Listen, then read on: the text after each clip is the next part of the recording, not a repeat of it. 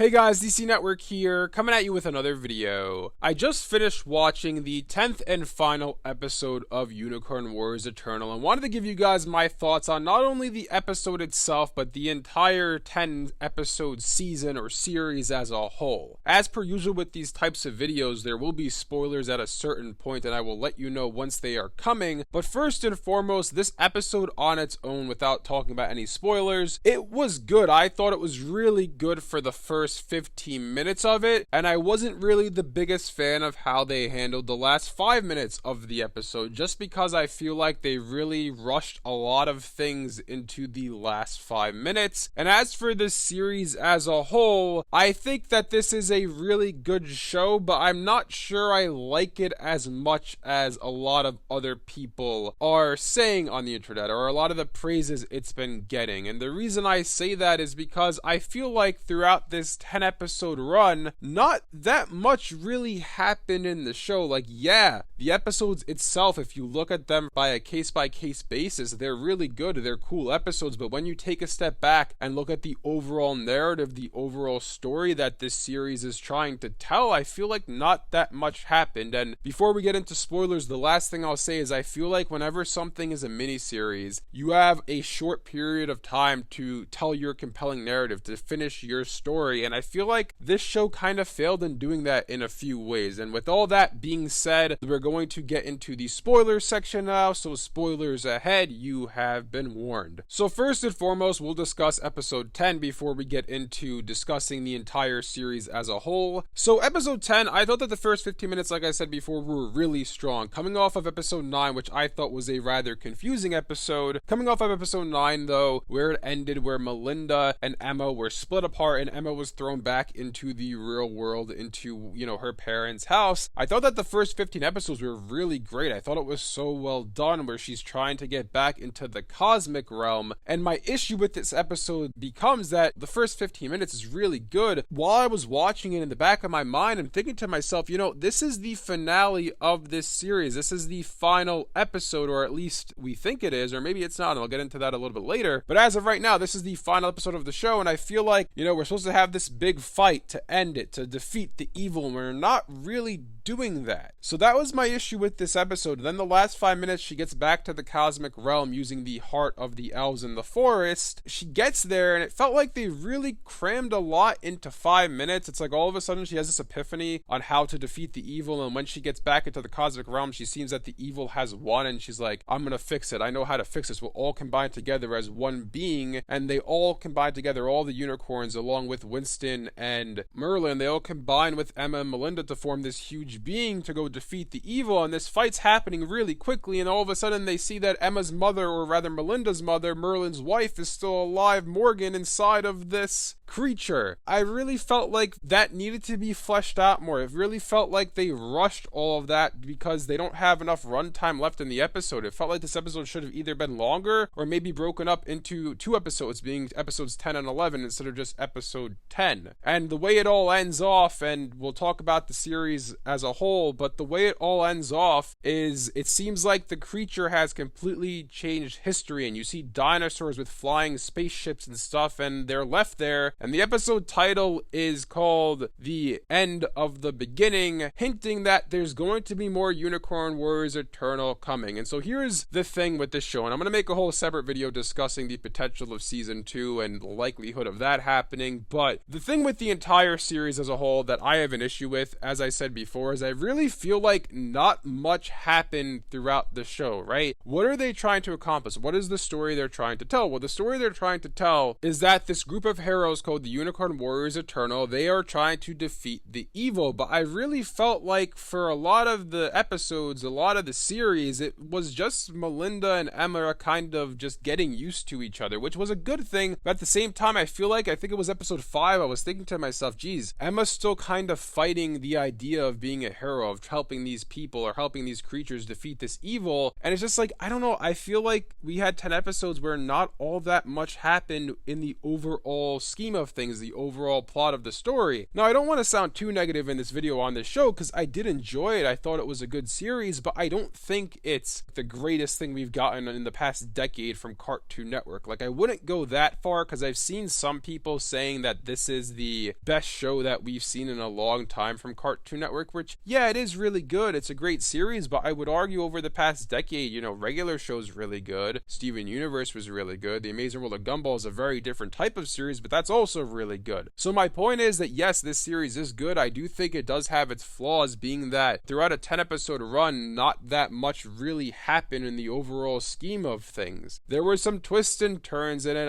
I didn't say this in my initial first impressions video, but I kind of thought the whole time that Merlin was evil, and they kind of teased that he was at the end of episode 8 just to do a little plot twist in 9 that he was really possessed by the evil, which was interesting. And the series itself, it answered a lot of the questions that I had in the first 2 episodes. What happens to these people after they're done defeating the evil? Do they die? Do they just go back to normal life? And it seems like once they defeat the threat, they go back to normal life. But the one thing I don't understand is in one of the episodes, the one with, I think it was the Heart of the Forest, that episode, they discussed how the bodies of the heroes are kind of just dead. It's as if they're dead because their souls are inside Copernicus. And I kind of just thought that was weird, because I'm like, wait, if Edridge's brother Aelwulf is still alive, that means Edridge would presumably be alive too. So what's the point of preserving their souls inside of Copernicus? All in all, though, to get back to this series as a whole, to try to wrap this video up, I thought it was good. I wouldn't go as far as to say that this is the greatest thing that we've seen on Cartoon Network or by Cartoon Network Studio over the past 10 years or the past 15 years. I did enjoy the show, but I do think it had its flaws. I feel like part of it is that this series, honestly, I feel like maybe if it was a movie, it would have been served a little bit better, because it felt like there was a lot of time throughout certain episodes where there were quiet moments and not much was happening. And I do understand that that is Genndy Tartakovsky's style with a lot of his shows.